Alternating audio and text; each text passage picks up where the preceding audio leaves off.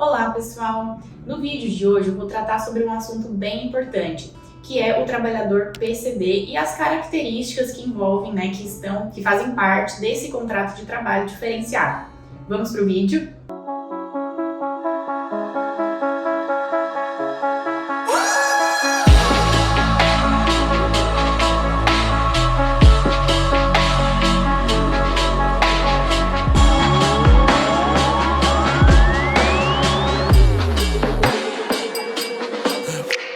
Então vamos lá, o termo PCD significa pessoa com deficiência, ou seja, limitações permanentes que podem ser limitações já que vieram de nascença ou limitações que foram adquiridas aí em algum momento da vida, por algum acidente, alguma doença, alguma situação que porventura possa ter acontecido. Então, tanto limitações físicas de nascença quanto limitações que podem ter sido adquiridas aí ao longo da vida, tá certo? O decreto 5.906 do ano 04, ele lista todas as deficiências que se encaixam justamente nesse PCD, né? E os critérios também para que elas se enquadrem, para que a pessoa ela se enquadre nessa categoria de PCD. E além disso, também é necessário um laudo médico ou então um certificado de reabilitação do INSS. Então tem alguns requisitos, algumas situações que precisam ser estudadas, é importante ler o decreto para a gente ver exatamente quem que se encaixa nessas categorias de PCD. É importante a gente mencionar aqui no vídeo também que esse mesmo decreto, ele fala que muitas pessoas que possuem a redução da sua mobilidade, uma mobilidade reduzida,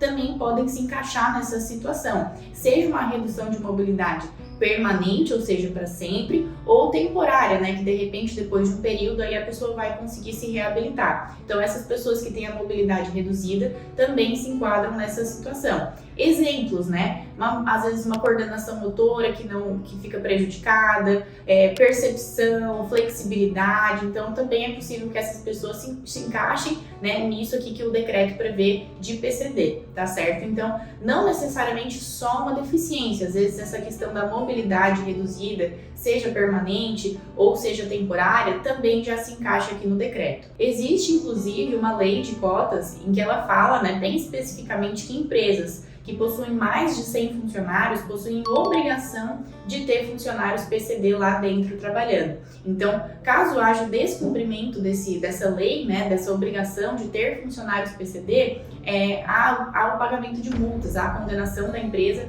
de pagar multas em razão desse descumprimento.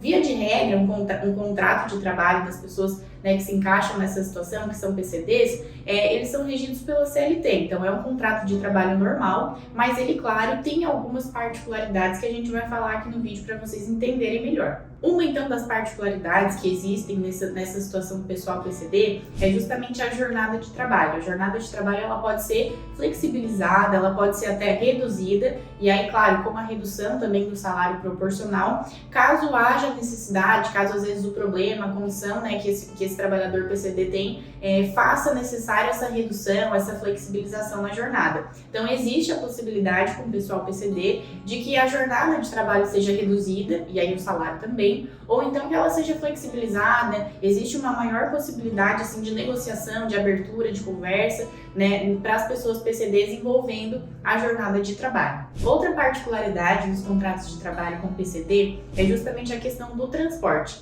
Caso essa pessoa ela ainda não tenha a isenção do transporte até o local de trabalho, a empresa deve fornecer de maneira gratuita esse transporte, ela deve arcar com esse transporte entre casa, trabalho, trabalho, casa. Então é mais uma condição particular aí dessas pessoas, desses contratos com PCD, que eles têm esse benefício.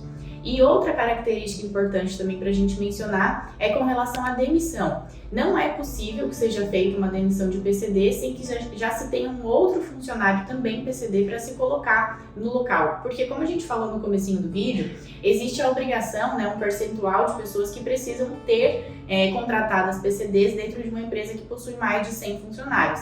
Então, se vier um deles a ser demitido, já é necessário que se tenha um outro funcionário PCD para colocar na vaga daquela pessoa, porque o cargo ele não pode ficar vago, caso contrário, vai haver justamente a aplicação da multa que a gente falou aqui no começo do vídeo. Então, vai acontecer uma demissão de funcionário PCD, já é necessário que tenha outro também funcionário PCD para cobrir, para preencher essa vaga. Caso contrário, a demissão não pode acontecer.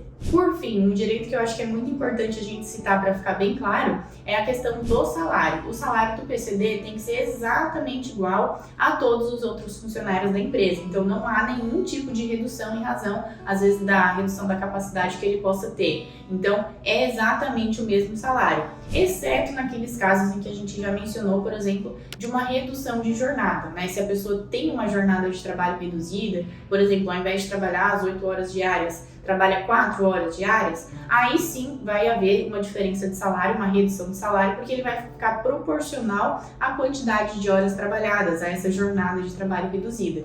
Caso contrário, o salário tem que ser exatamente igual a todos os demais colegas. Então não há uma diferenciação de salário entre o trabalhador PCD e os outros trabalhadores de dentro da empresa, tá certo? Para o vídeo de hoje era isso, pessoal. Espero que vocês tenham gostado do conteúdo. Curtam, compartilhem com os colegas e se inscrevam também aqui no nosso canal. Até o próximo vídeo!